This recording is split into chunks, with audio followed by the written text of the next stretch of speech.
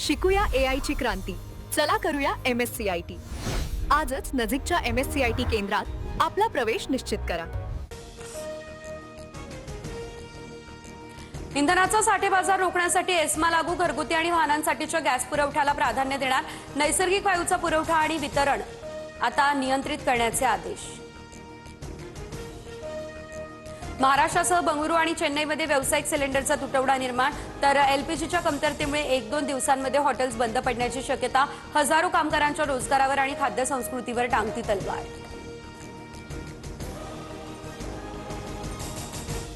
नागपूरमध्ये आजपासून व्यावसायिक गॅस सिलेंडरचं 90% वितरण बंद. फक्त अत्यावश्यक सेवांसाठी सिलेंडर मिळणार. हॉटेल व्यावसायिकांवरती चुलीवरती अन्न शिजवण्याची वेळ.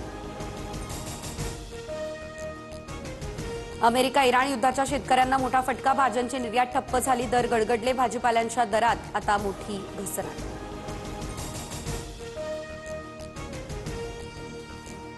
राखीव पेट्रोलियम साठा खुला करण्यास भारताचा नकार. क्रूड ऑइलवरून केंद्र सरकारचा मोठा निर्णय. आंतरराष्ट्रीय ऊर्जा एजन्सीचं राखीव साठे खुले करण्याचं आवाहन. झाशीच्या सिप्री बाजार परिसरातून 524 गॅस सिलेंडरसह ट्रकची ही चोरी. ट्रकमध्ये 18 लाख रुपये किमतीचे गॅस सिलेंडर. पोलिसांनी अज्ञात आरोपींचा शोध सुरू केला. एअर इंडियाचा विमान प्रवास आता महागणार. उद्यापासून नवीन दर लागू होणार. इंधनाच्या किमतींमध्ये वाढ झाल्यानं दर वाढवण्याचा देखील निर्णय घेण्यात आला.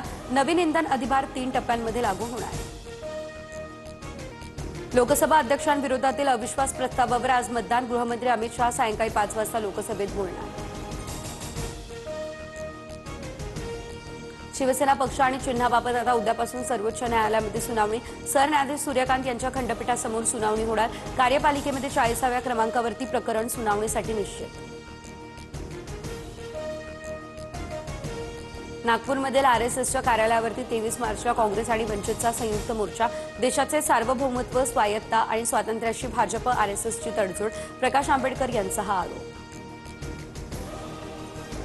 सिंहस्थ कुंभमेळ्याच्या पायाभूत सुविधांच्या कामांना गती. नाशिक रिंग रोडच्या 3,954 कोटींच्या कामांना प्रशासकीय मान्यता.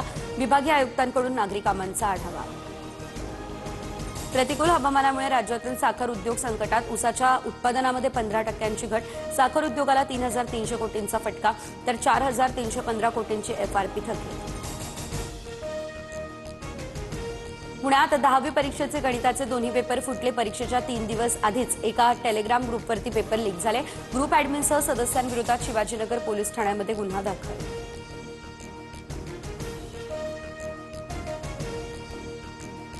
बुलडाण्यामध्ये महिला बेपत्ता होण्याचं सत्र सुरू. 24 तासांमध्ये जिल्ह्यातून एका विवाहितेसह 6 मुले बेपत्ता. 2.5 महिन्यांमध्ये 200 महिलांसह एकूण 289 जण बेपत्ता. शिकूया AI ची क्रांती. चला करूया MSCIT. आजच नजीकच्या MSCIT केंद्रात आपला प्रवेश निश्चित करा.